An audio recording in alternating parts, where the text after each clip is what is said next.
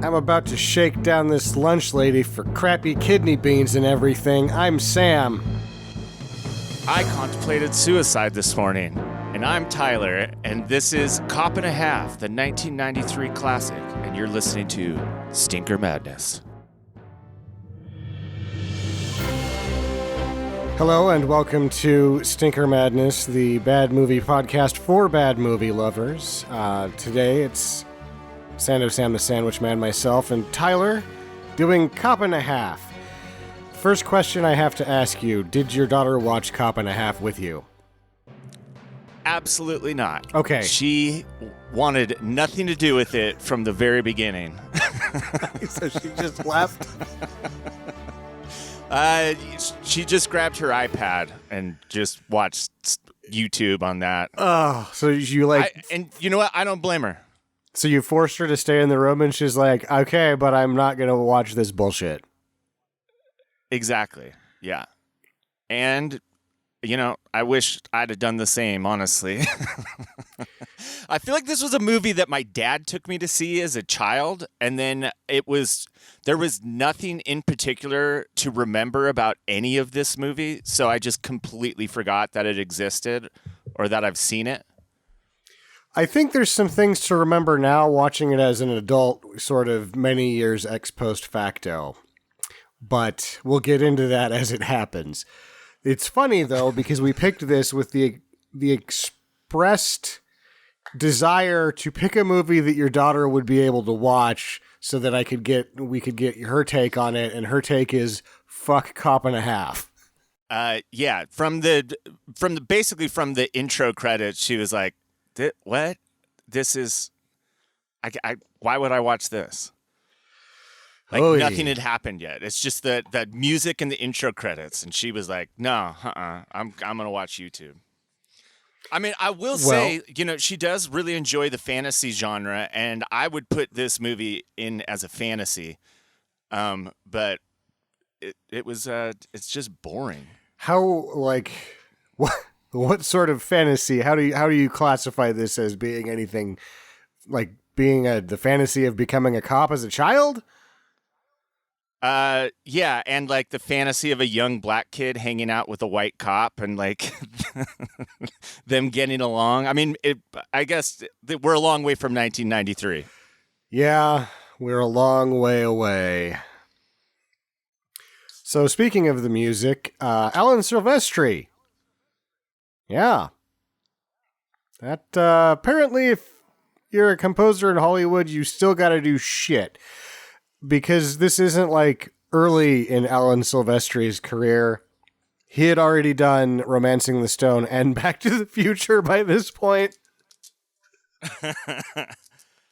Well, you know, any port in a storm. And, you know, even though the Delta Force probably turned out to be it turned out to be a lot better than what he thought he was getting into.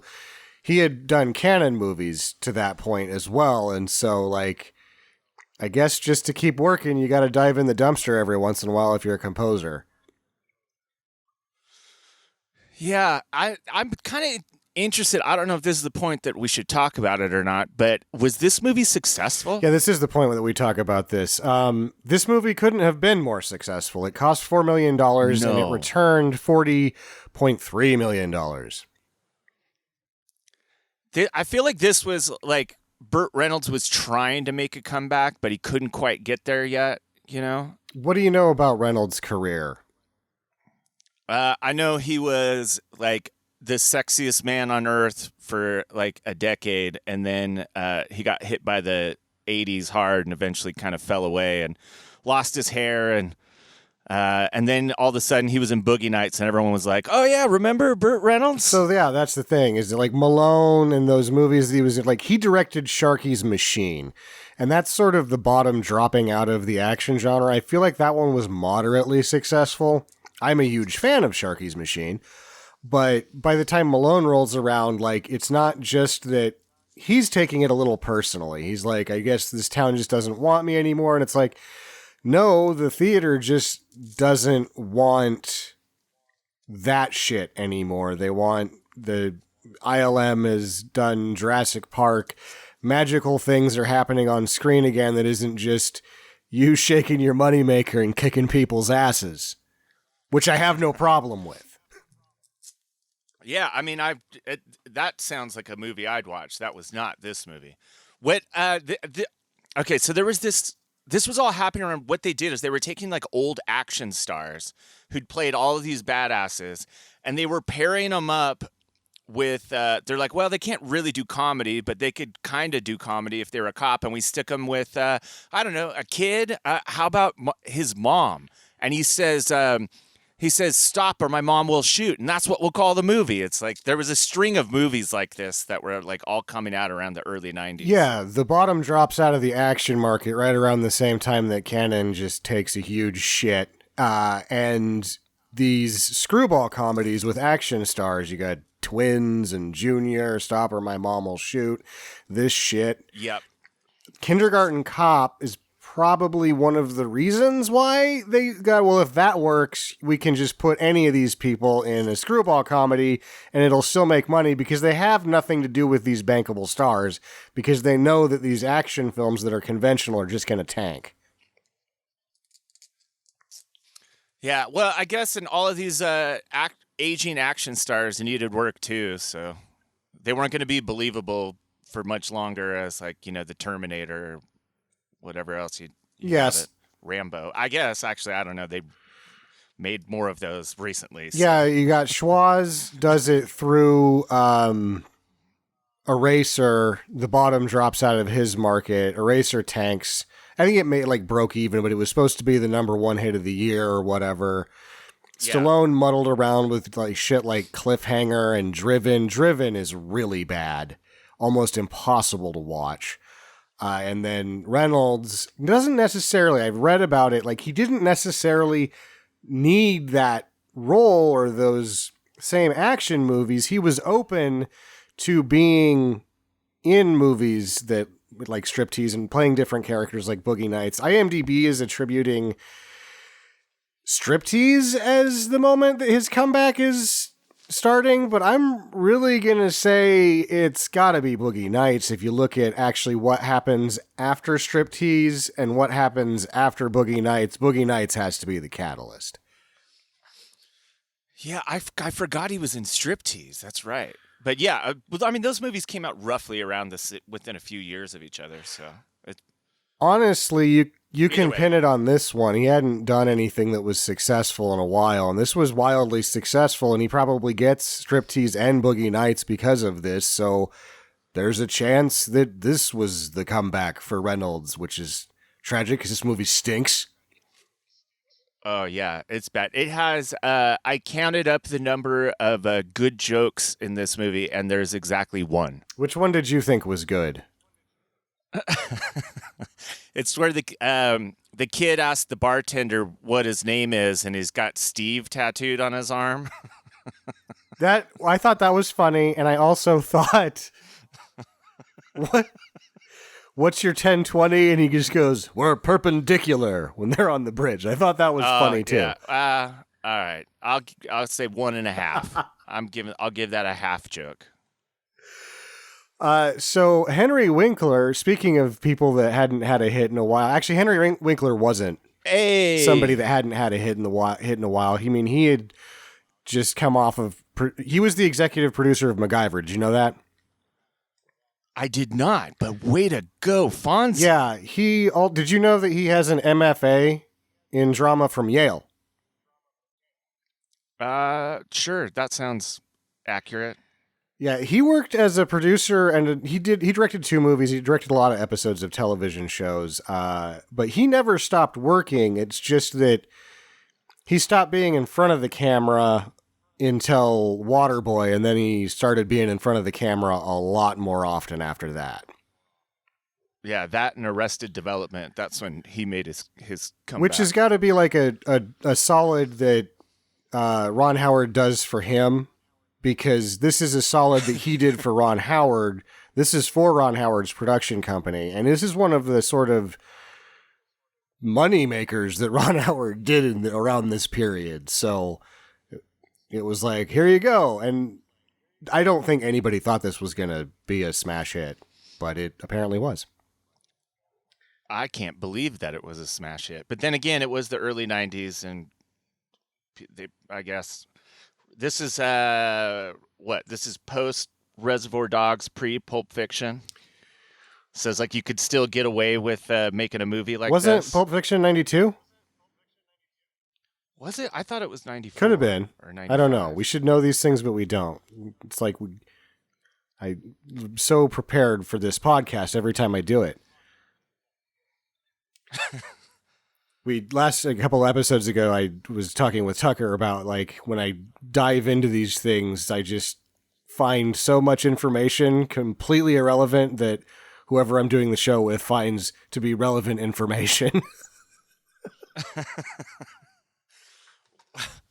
I mean, this is basically a movie made up of movie stereotypes from other movies, and they just combined them all into one.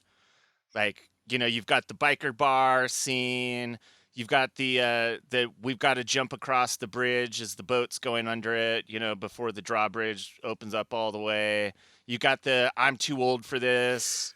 Cop. Dead partner, bad hotel room. This is just a spoof of a buddy cop picture or it's called a spoof, but this is really a buddy cop picture where they just make the buddy cop a kid.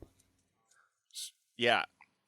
So definitely more of a screwball fish out of water than actual spoof. Hey, and the kid was cute.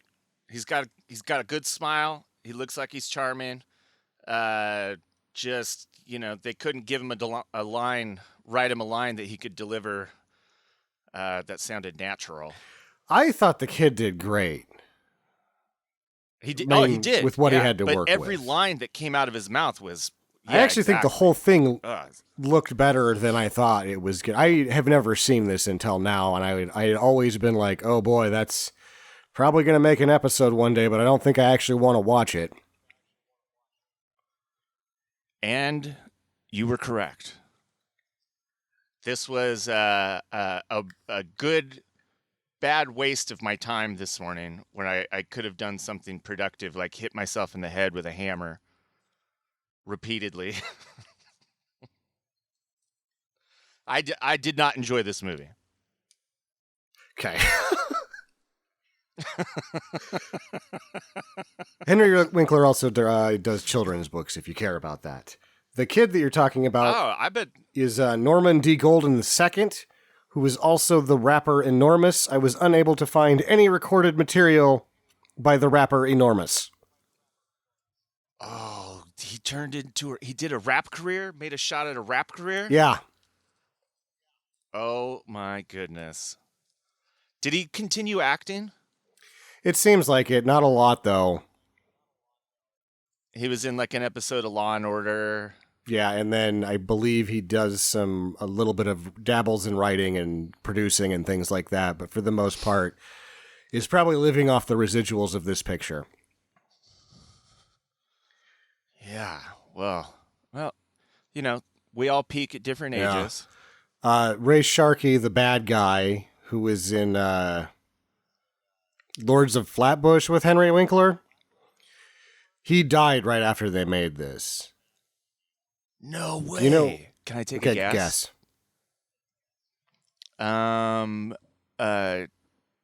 Cocaine overdose? AIDS. Or AIDS. Yeah. Oh! At the time frame, if somebody died early in Hollywood, you got a pretty good chance of guessing either cocaine overdose or AIDS. Yeah. Would you like to know something horrible about this person? His agent revealed that he wanted to keep the AIDS a secret to keep his career intact, which didn't look to be like a real great career. So he just didn't tell anybody and proceeded as usual to the point that he had apparently had sex with over 100 women after he had been diagnosed with AIDS and didn't tell them. Oh. Yeah, I think real bad. I'm pretty sure they made that illegal. Yeah, it's they classify it as attempted murder, I believe. Yeah. But they can't get you if you're dead from it. Well, good time to go out. You got to make this classic movie, and You also know that, go out on top. yeah. Speaking of going out on top, this movie thought that it was going to go out on top when the closing music is from Joey Lawrence's debut album. No way. Yep, that music. That weird, shitty hip hop, scratchy, all made on like a Casio keyboard. The not R&B That song? hit jam at the end is "Nothing Love Can't Fix" by Joey Lawrence. Oh boy. Wait, no, that's not what did he say? Oh boy was Scott Bakula, and I don't even remember shit about Blossom. Oh, isn't it Whoa? Whoa. Yeah, there you go. That's what it was. I guess he was on Dancing with the Stars. I don't know. I don't watch that shit. Well, he should have died of AIDS. Okay. No! I'm coming in hot. I just watched this and I'm a little upset. And then I drank a Red Bull. So I just have anger swirling through my veins right now. You probably should have had some of the pop rocks they were trying to pawn off as drugs towards the late middle of this movie. Did you notice that? The drugs were just piles of blue pop rocks. It was pop rocks? Yeah. Oh, yeah, they didn't quite name exactly what the drugs were. I didn't know what they were going for. They weren't trying to go crack epidemic because it wasn't crack. A little early for meth to be popular. Mm-hmm. They didn't seem to really lean hard into how this should have been for kids. There's too much swearing, I feel like it, in this movie. Yeah, and it's also like, I mean, if you're on the side where you don't like cops, like this movie would just confirm everything about like why you don't like cops. Because he's the worst cop in the world, and he's an asshole. He's just driving through people's yards and going, "Hey, whatever." Yeah, and he smokes and then he litters. The kid got him. He's like, "Hey, you're littering." And he's like, "Hey, I'm a cop. I can do whatever I want." And you're like, "Hey, see that? That's it. That's why people don't like you." Driving around in a Camaro with fucking alligator skin boots, which we should just get into this. The movie starts. The music is way more playful than the movie. My first note is music sucks. Then I find out it's Alan Silvestri, and I'm like, Jesus Christ, Alan, what? There were a couple of good songs, like partway through the movie, where I was like, whoa, this is actually like, whoever scored this did a good job. And then the next song would play, and you'd be like, I gotta take it back. So anyway, we get Devin Butler, who's one tough cop, even though he's an 8-year-old kid in grade school, and he goes by the name Mad Dog. And he's putting a shakedown on his friend with a squirt gun. I don't know what they do at this school, but there's no yard duty ever at the recess. They don't ever seem to go into the classrooms. It's a bunch of nonsense that leads to him like squirting a teacher in the crotch with a squirt gun, which is supposed to be funny, but it isn't. And the teacher just stands there like and looks at it. It happens for a very long time. Yeah, it's almost as if this kid is so trigger happy he just can't stop squirting the guy in the groin. And the teacher is such a moron, he can't reach his hand down and grab the squirt gun out of his hand. Yeah. Or put his hand in front of his crotch. He just kind of stands there and goes, "What are you doing?" "I'll get you, kid." Then Devin is given a swirly by the bullies who take everybody's lunch money as a protection racket. The principal is uninterested in doing anything about this. It is clear that child was stuffed into a toilet, and he is in trouble for that. Yeah, which, again, it's like the classic, it's just any school scene. It's like, oh, here's the bullies. You get in trouble for the bullies being a bully to you because no one will listen to you. That kind of thing. And you're just like, Jesus. This, So a bunch of that happens to the point that you're tired of watching it. You find out his mom's like a nurse and she has night shifts and stuff. But on the way home, there's a police pursuit, and we are introduced to the Burt Reynolds character, who is just being the worst cop ever, as you said. If Parks and Rec had an internal investigations unit, they would be all over this asshole. Can I also say that one of the other stereotypes I noticed, and like this is like especially a 90s stereotype because they just kind of gloss over it, but you've got young black kid being raised by grandma because you fill in the blanks. Yep. I was like, oh man, okay, I see. It's like this has been going on forever. It's like, yeah, it's a black kid. Why would his parents be at home? It's his grandma that's raising him. Anyway, Yeah. that was my keen observation for the day. Well, later there's like a white lady in a muumuu that doesn't do anything that's trying to get protective services to take him away from his one family member because she just hates black people, I guess. Oh God, I didn't understand. I was like, was she trying to like?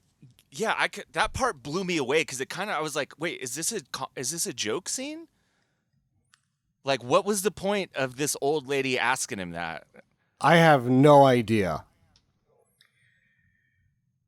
Well, Reynolds busts this guy up after he ruins $10,000 worth of landscaping and drives through some people's yards over, like, he screws up his own car, too. Like, that's a classic.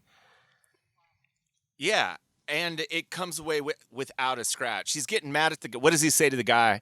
He's like, hey, get off the hood. I just waxed this car. And you're like, dude, you just drove through like 4 fences. And that car is going to be smashed up. And a clothes hanger line that would have really screwed up the hood, but whatever. Yeah. This is when you're getting it. They tried to make this scene play out like, like some old Warner Brothers cartoon chase scene where it's like you're going through the yard. Oh, somebody gets stuck in the clothesline. Watermelons are breaking. Tons of... Also, that was a beautiful garden. Did you see how much fruit she had in there? If that was my garden and a cop drove through there, it's like, dude, this is America, man. I'm coming out with a gun and we're getting into a fight. Like, I don't care if you got a red light on the top of your car, man. Do you know how long it took that lady to work on that fucking garden? Yeah, and she probably would have reported it, and they would have been like, yeah, we're going to report this complaint. When I was a kid, there was apparently a drug raid that was supposed to go next door, even though, as it turns out later, next door was the wrong house, too. But they got the house so wrong that they SWAT teamed through our yard and drove over a bunch of trees and just wrecked all sorts of shit. And they didn't have any of it fixed or pay for any of it because they said, oh, it was just a mistake. And that's okay, I guess. Yeah.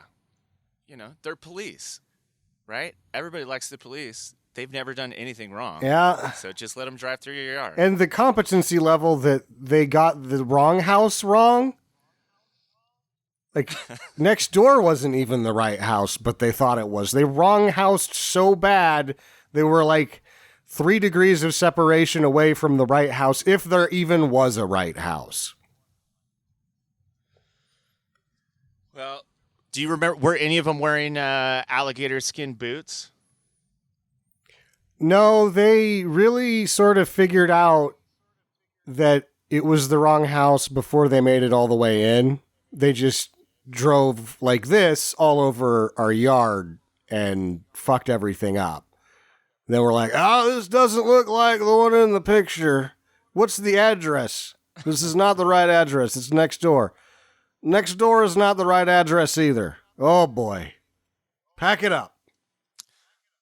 I bet if one of them had alligator skin boots, they wouldn't have made that mistake, you know? That's a sign of confidence right there. Or that's what, you know, your lead foot and the alligator skin boots is what causes all of this.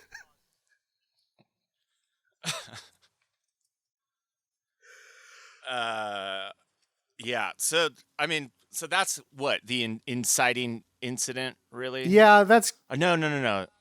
Kind of. No, we're still in introduction. The inciting incident is when the kid somehow lives next to this old rundown warehouse that looks like the beginning of Robocop, and and that's where he witnesses the murder. And that, I suppose, that's the incentive. Yeah, it is. We sort of get some people that are like, you just ruined our whole neighborhood and our park. And he's like, I brought this man to justice, and they start clapping or some shit like, oh, it's okay, Dirty Harry. And then the kid had taken the license plate number of the Lincoln that the bad guys drive, but he sees it again later and then follows them to the warehouse where Quintero, who had been arrested by Burt Reynolds, had already been released, probably for police brutality and just completely inappropriate arresting practices. And like tying him to a car and dragging him back. It's like, you can't do that. And he's like, no, they had to let me go because that asshole did everything wrong as a cop. And they're like, no, you sang. So they give him what I'm calling the chicken carbonara snorkel. You know that old mafia move? They strap a piece of chicken to his face and drop him in the water, and I guess he's dead. Yeah. Was the chicken a joke so they could get the line in of like, that's a waste of a chicken wing? Yeah, and it was a full hind quarter. Assholes.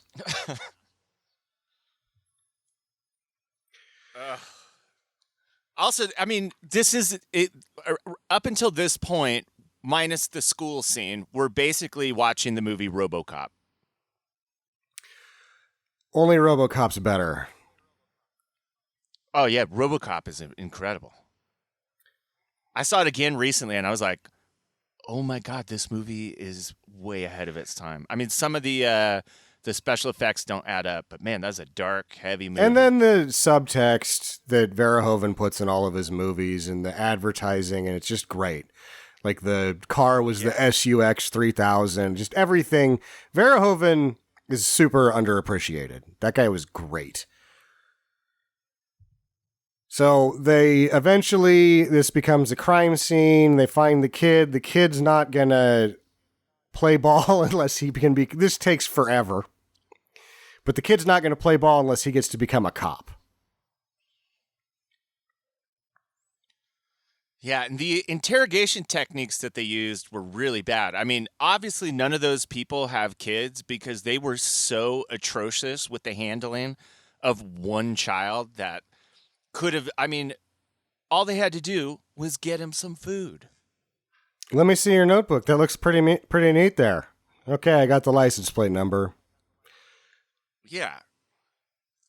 Yeah, just, dude, buy that kid 40 chicken nuggets and set it on the table and he'll talk.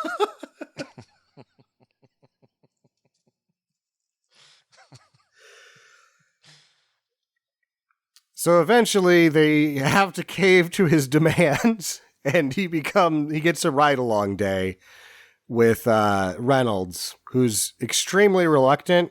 However, the captain, who is Holland Taylor in every movie, every TV show, and half the plays on Broadway, she basically threatens him to put him back in his blues if he doesn't do the ride-along because they really need this lead because they're so horrible at their police work.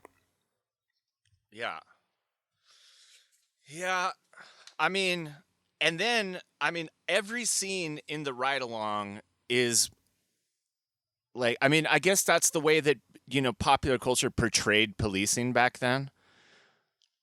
Because eventually they send the kid up to go give someone a ticket. It's like, are you kidding? Isn't this the thing they're worried about? It's like, you pull someone over for speeding and then you get into a shootout and they're like, this guy's just laughing, sending a kid up there. It's like, hey, go write this guy a ticket. Yeah. I jumped too far ahead. That happened. That's later. okay. And I'm going to make a strange comparison with the ride along and how this all goes is that like Training Day is an unofficial remake of this movie.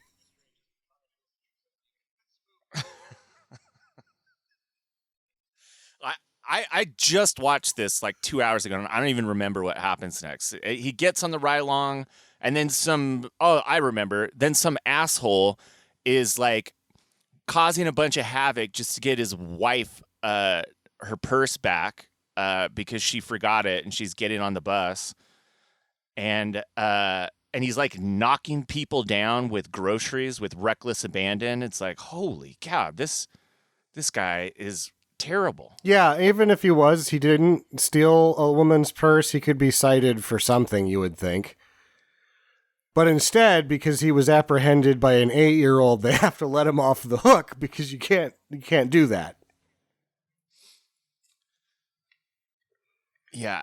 Also, I mean, if you were doing that and you were running to get your wife her purse before she gets on the bus and you turn around and there's a kid on your leg, dude, you're kicking that kid off your leg. I'm just saying. Yeah.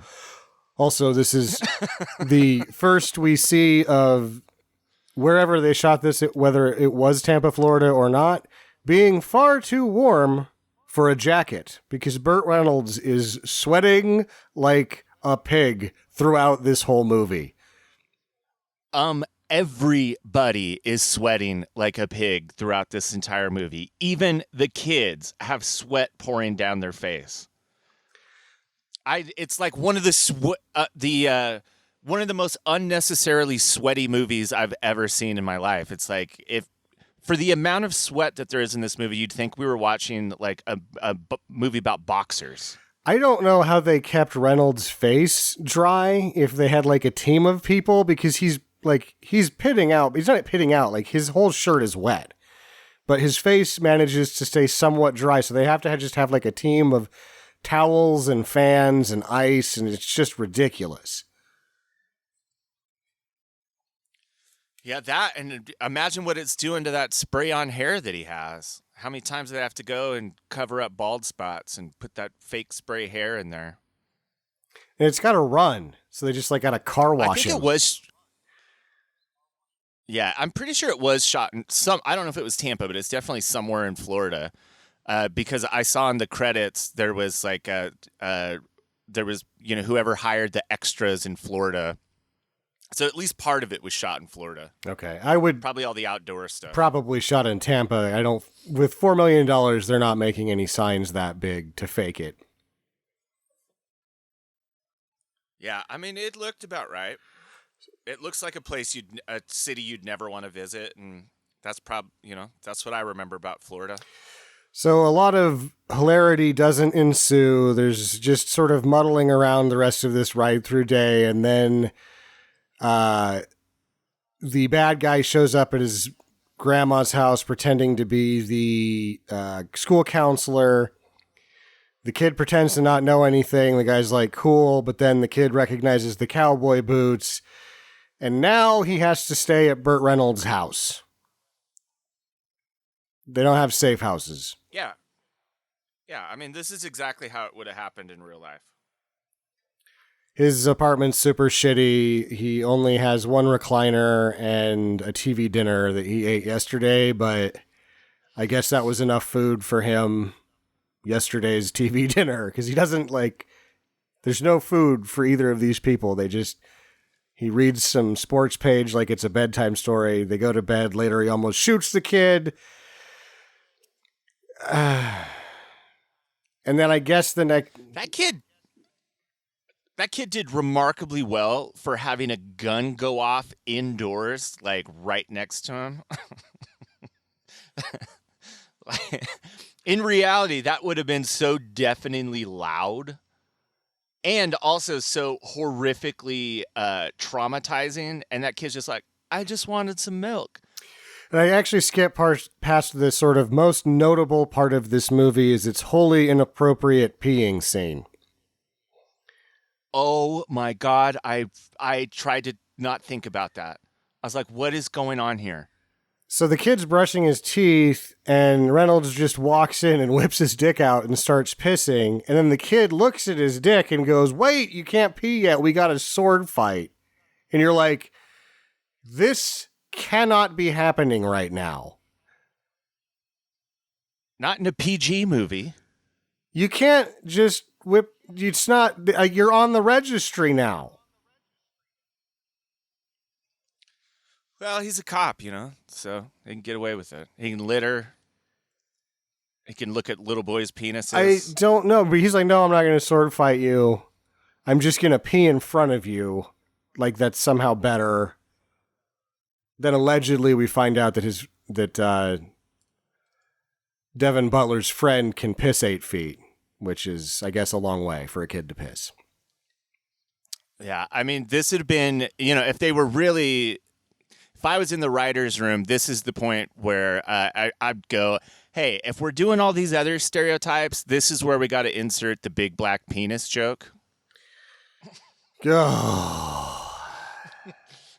Okay, let's move on. So he's had enough of the kid, and he passes him off on Jenkins, who's going to let him give tickets. And the thing that there's like some nonsense where he gives his principal a ticket, and it's supposed to be funny, but it's not. The thing that I'm fixated on is what the fuck is going on with Jenkins' hair. Oh, yeah, it was like, I think he was probably balding too, and the wind was like not working with him. It looked like they sprayed that fake spray that makes you have like fake hair all over him, but then secured that with about 5 cans of Aquanet. Or maybe what they did is they just they shaved Burt Reynolds' chest and back and then just glued it to his head. It looks like a helmet. It is not real hair. It's like a helmet made of hair. It's really strange looking. This is the scene where the two guys just happen to get lucky and they're going to run this kid over in front of 2 cops. Yeah, they're just going to run him down. But they know that the license plate is registered to the library under an assumed name because you can get away with that. So really, why not? Why not? They're not going to be able to track him by the license plate number, so go ahead. And then Burt Reynolds does his classic, saves him at the last second. And then they roll down the hill and have like a really uncomfortable laying on top of each other for a long time. Like, which I guess makes sense after they, did the sword fight the night before. But this is the scene where, like, if they did this with a girl instead of a little boy, that's the scene where they like start to realize that they're like kind of falling in love with each other, and then they have to catch themselves and go, "No, we got to wait till the end of the movie, then we'll kiss." If you weren't 12. Yeah. But he pulls the classic "I'm too old for this" line here. And oddly enough, this was originally written for a girl, not a boy, but Henry Winkler decided to change it to tone things down a little bit, and it's probably a good idea. However, that script that was, or at least parts of it, were made in 2017 as the sequel to this film with a girl, and the lead was Lou Diamond Phillips, if you believe it or not. I believe it, because I haven't seen it or heard of it. It's called Cop and a Half Again, or Cop and a Half 2, or something, but... No way, this got a sequel? You gotta be kidding. 2017 Cop and a Half Back in Action, maybe? Lou Diamond Phillips and some 12-year-old girl? Well, at least Lou's getting work, I support it. Everybody go rent the sequel to this movie, because I don't think they play Young Guns on TV as much as they used to. We got to help a buddy out. Don't know that I would have ever watched it on my own, but because my mom liked it so much and she pushed it on me, I ended up watching pretty much all of Longmire, and he's real good in that. Yeah, haven't heard of it. It's definitely for an older demographic. It's a cowboy Wyoming stuff. Oh, okay, so he's going back to what he's good at. Yeah. Looking good on a horse, holding playing a Native American even though he's Filipino. Whatever. Because everybody knows he's an Indian, right? Nope, he's not. Yeah. Turns out. It's not his fault. It's not his fault. It's our fault. Well, Adam Beach was doing another movie, so what are they going to do? There's a bunch of other nothing that happens here, and I'm just gonna skip ahead to where. Oh no, They're they looking look for for Bobo. Bobo, and Yeah. the first. Okay. Sorry to interrupt. This is what I took away from the first Bobo thing. I was like, oh my God, the Coen brothers saw this movie and were like, that's a great scene. We can make it a little bit better. They did. It worked out better. I don't know who there was people doing this shit though. Otherwise, they wouldn't get made fun of on movies and TV. But the first Bobo is a painter that he uses himself as a paintbrush, sort of. It's obviously not the guy. They both agree on that. And then the second Bobo is definitely not the Bobo, but this is a lot of here's something for Dad, because it's just You mean titties? just titties galore.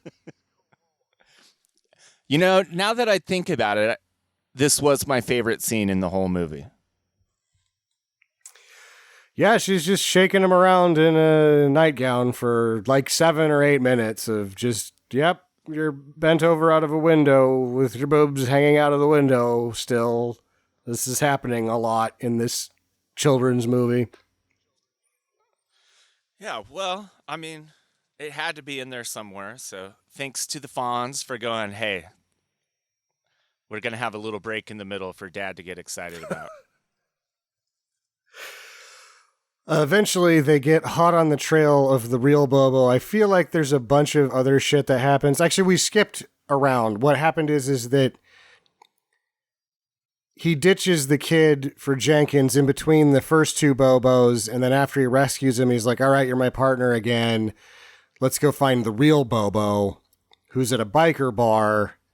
And then your favorite joke happens where it's like, what's your name? And he has a tattoo of his name on his arm so he doesn't forget. But the real joke is that his name's Steve, because it's just a funny name. There's a fight that happens where Burt Reynolds punches Bobo in the balls and teaches the kid that's how you fight guys that are bigger than you. And then the kid saves him from getting his ass kicked by all these bikers by pretending to be a SWAT team on the radio. And they chase Bobo down, who's obviously a tough biker because he's on a 400 Suzuki and he's wearing a helmet. I thought that was weird. I was like, whoa, why would they have this guy put a helmet on if he's a tough guy? I don't know, but was that a joke? Or they were like, hey, we should promote safe bike riding in this movie. We don't want to be reckless. I don't know what is happening here. If I was going to guess anything, Nils Allen Stewart, who is in like half of the episodes of Sinker Madness because he's been a heavy in Hollywood forever, wasn't actually on the bike, and that's why they did the helmet. Oh, for the stunt purposes, yeah. I don't even know if that 400 would actually cart his big ass around. Oh, yeah, well, that's... I mean, it would. It would just be the performance would be underwhelming once you stick 350 pounds on a 400 Suzuki. It's just not going to be great. Yeah, you're probably not going to complete that bridge jump. No. Which the chase leads to him getting away by jumping the bridge and Reynolds not jumping the bridge, and then my perpendicular joke that I thought was marginally funny. It was marginally funny. So they get into another buddy cop row, and he leaves the house to surprise him with donuts, and he's worried because he's like, man, somebody's trying to kill you. You can't just be walking around on the street when this black car is seriously just driving in circles in town and we can't find it. And the kid's like, the hell with you, I'm going to do this myself. And then he uses magic to disappear. 2 henchmen come to the school? Yes. This is about, yeah. And but first he sticks it to the bullies by punching one of them in the dick. And he learns some moves in that bar fight. Him through a chain link fence. And then there's... Hey, it's a good move. It's a good I move. feel like if you made it to however 8 and you haven't learned that move yet, then you haven't been paying attention. He asked the kids at the schoolyard for a diversion after he's become a hero by handcuffing the bullies to the fence, as it were. And they do, and then they do the Spartacus scene, which sucks. Then the henchmen get... where everyone, the I am Spartacus. Yeah.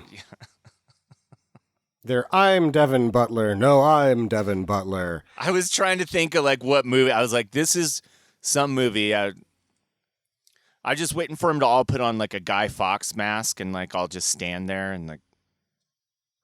And then draw and quarter those men and kill them and dance in their entrails. Yeah. Now, that would have been a twist we would not have seen coming. Nope. Instead, just Twinkies to the face, and the career criminals have had enough of this monkey business, so they just leave. Fortunately for them, the kid's hiding in the back of their car, and he's now been captured. Also, for $9.95, that is a damn good hand radio. Those are good walkie-talkies for $10. Unless he was he was prorating it and they were $20 and he's only charging him for the one because he's 8 and he just doesn't get it.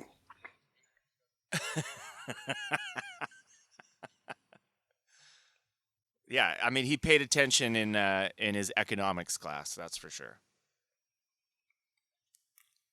They don't even have classes. They're just at recess all day long. Tampa says, I'm losing my face. And they now they've got him in the car because someone tried to chat with him on there, and they take him to the pier. The docks. Yeah, the docks. Yeah. And at the docks, we find out that just like every drug kingpin movie, there is a dock somewhere where they're smuggling drugs. It seems they called it a drug lab, but it's not. They're smuggling, and they're smuggling the drugs that are blue pop rocks or movie-made blue pop rocks through tubas. Yeah, I mean that's probably worth the time and effort. Smuggling it inside of those because they're not expensive on their own at all. No, and that also there's some brass Buddhas that probably fit more in them because of the Buddha belly. But this sort of my most profound thought while watching this film was, wouldn't that be a great store? Tubas and Buddhas. Yeah, you definitely go there once. You could go there twice if you didn't get both a tuba and a Buddha when you were there the first time and decided later, I would like the other one of the thing that I didn't get when I was there. And it'd be called tubas with an H. Right? Yeah. All right, sorry. Oprah meet Uma. Oprah. Oh, I can't even do that one. Yeah, so this is basically the big climax scene. You get your classic, 80s, 90s action, sneaking around in a warehouse, dispatching people one at a time while they're looking for you. And then we get the car chase. Reynolds shows up on the bike. He had stolen Bobo's bike, and they don't know that it's not him because the stuntman is obviously smaller than Bobo too, so they can't tell the difference with the helmet. Yeah. Oh, yeah, that's why they had the helmet on, because otherwise Burt Reynolds would have been able to sneak in as a short, fat Bobo. Yes. And there's a gunfight. The kid doesn't get shot, thank God. Burt Reynolds gets shot, and it deactivates both of his arms for a short time. I noticed that. He's like riding a motorcycle fine, and then later he can't muster the energy to get on a boat. So, or like drive a boat. So Devin has to be the driver, the wheelman in the boat chase. He's doing some fancy driving. The And The second group of henchmen, however, are not the best maritime henchmen. One ends up on the bow for no apparent reason, and the other just falls out of the boat. they were Italian. What are you going to do? I can drive a boat, sir. I can drive one just fine without inexplicably crawling to the bow or just falling out.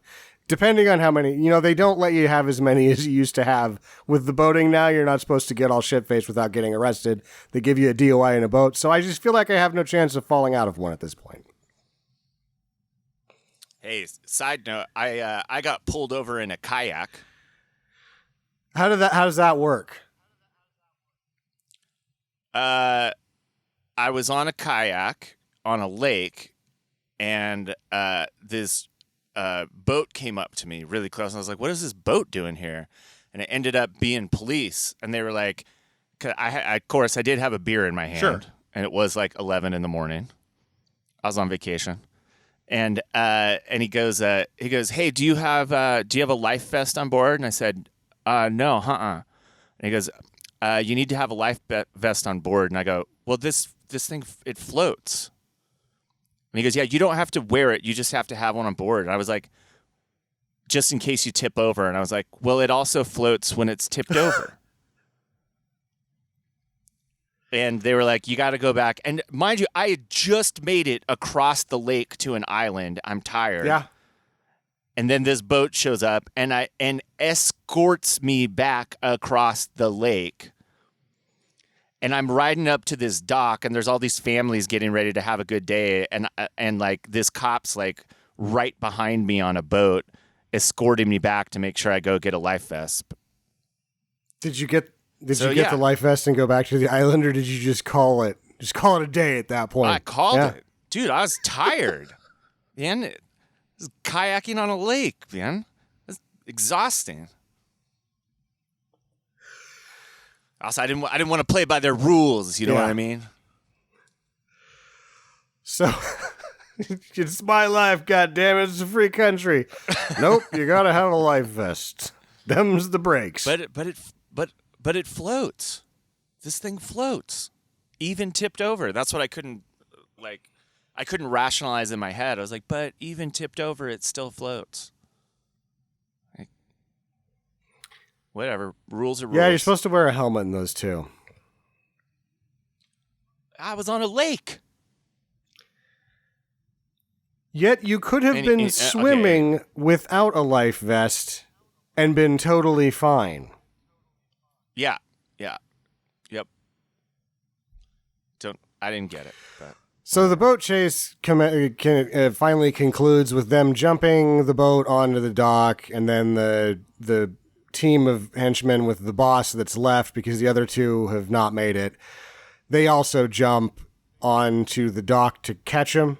Doesn't seem like a great plan. Doesn't work out great. They run into a warehouse that is apparently the fish gut disposal area, and the kid yanks a chain, and they're trapped in fish guts. Yeah, because they couldn't just get up and get out from the fish guts before they got it all filled up, So then the police show up. They're book 'em Dano, the whole thing. They're arrested. I guess they found the evidence. All works out. We get a small denouement of Burt Reynolds rowboating his grandma and him. He's bought him matching cowboy boots. What's going on here, you think?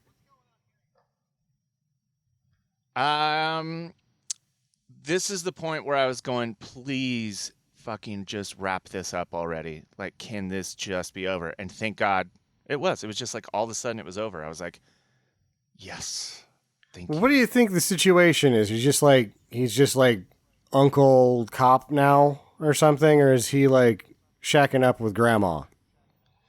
Yeah, I don't know. I mean, it's not a time to kill, Like, you're not getting that nice, like, picnic scene at the end. They're like, hey, we solved racism. It's just, they just kind of leave it, like, at the at the end. Now I guess he accepts kids. I guess he's just like Uncle Cop or something. And that's not the Yeah. end of the movie, because the end of the movie is the boat traveling into infinity with that poor man stuck on the bow. He's either going to make it to China or die trying.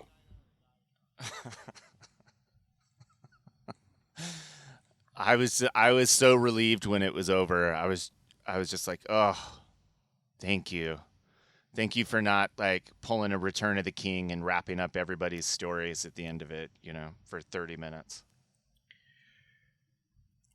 But then we get the fresh jam from Joey Lawrence that a lot of times in these movies, I will suffer through the song to see how bad it is all the way. But Tubi sort of cut me off and started showing me another movie that was just as shitty as this. And I didn't bother to go back and complete it because I was like, oh God, that's really bad. And then I find out it's Joey Lawrence. And I'm like, oh, I'm really glad I didn't do that.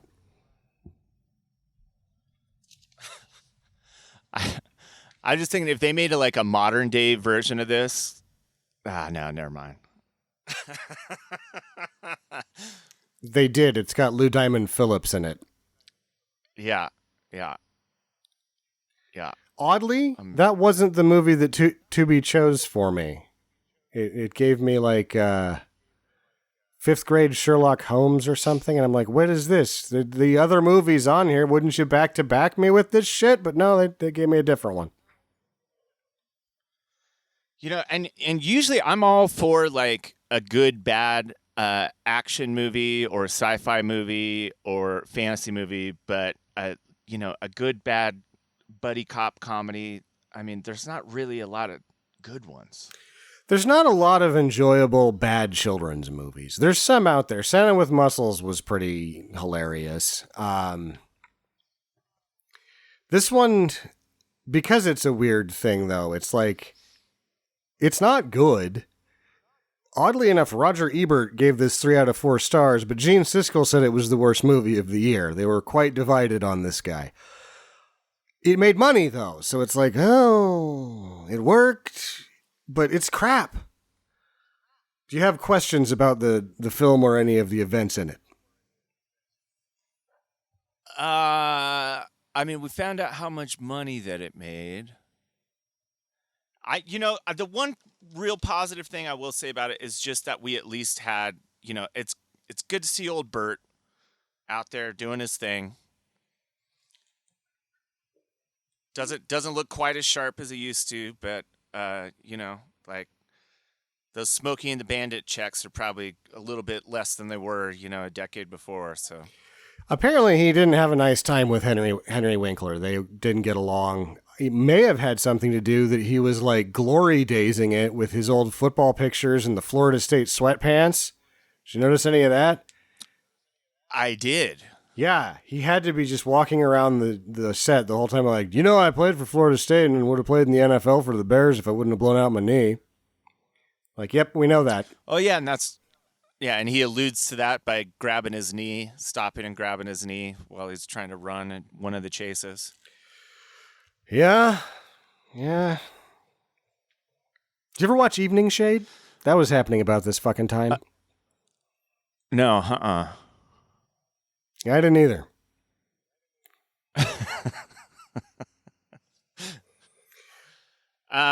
So right before we started recording this, I did share with Sam, because we can see each other, that, and I kind of, I didn't even think about it until I sat down to do this, because it's just kind of been on the wall forever. But I do have a signed portrait of Burt Reynolds hanging in my garage because my wife thinks it's inappropriate to put in the house.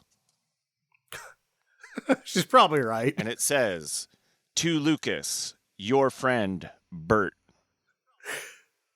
Yeah, I mean. So where did you find it? I mean, it's. My grandparents used to live in Las Vegas, and got it from someone obviously named Lucas down there. It could have been like eight hands detached from Lucas by that point. You never know. Yeah. In my life, I've owned 2 headshots that were autographed. There was this one, and I also had a Pat O'Brien one. But I gave it up at a white elephant gift party about 5 or 6 years ago. I was like, well, this Pat O'Brien's, it's time to pass on. The funny thing is, we actually I took it from my dad, the Pat O'Brien one, because he got it when he ordered a case of Don Imus's salsa. Whoa! If you order a case of his salsa, it comes with a free signed photo of Pat O'Brien. I wonder if you used to get like free Lee Trevino headshots with the old El Paso.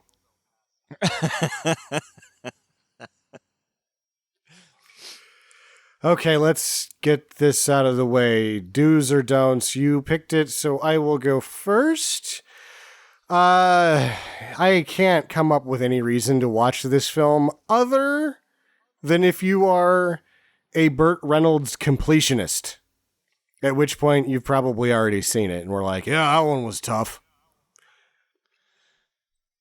Yeah, that's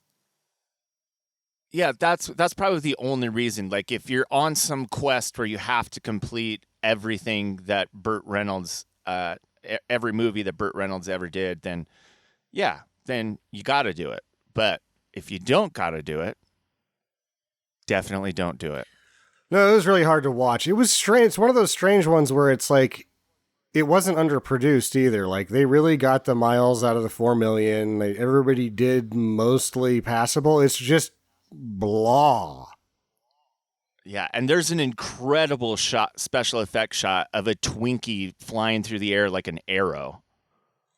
Yeah, that one didn't look good. Yeah, also, I've thrown Twinkies, and they do not explode like that. They stay surprisingly intact. They fly like a damp sponge. They don't fly well, and they just bounce off of whatever they hit. Yeah, but those kids were throwing some 90-mile-an-hour fastballs with Twinkies, you know. So give it up for those kids. They got some arms down there in Florida. Well, that's 2 don'ts from us. I have an odd question that I should have asked you before the podcast. Did you watch the Val Kilmer documentary on? I have not seen it yet, but it's on the list of things to watch. All right. Well, the next time you do the show, we're gonna have to talk about that. All right. It looks awesome. I'm super excited to see it. I've heard nothing but good stuff about it. Justin's gonna be back next week. Do you want to do the show next week as well? Possibly. If you do, we can talk about your assignment would be to watch Val before the next recording session. Val? Okay. Yeah, I'll have to check because I don't know what we have going on next week. But yeah, it's a possibility. Okay. Well, that's our show. For Tyler, I'm Sam, and this has been Stinker Madness.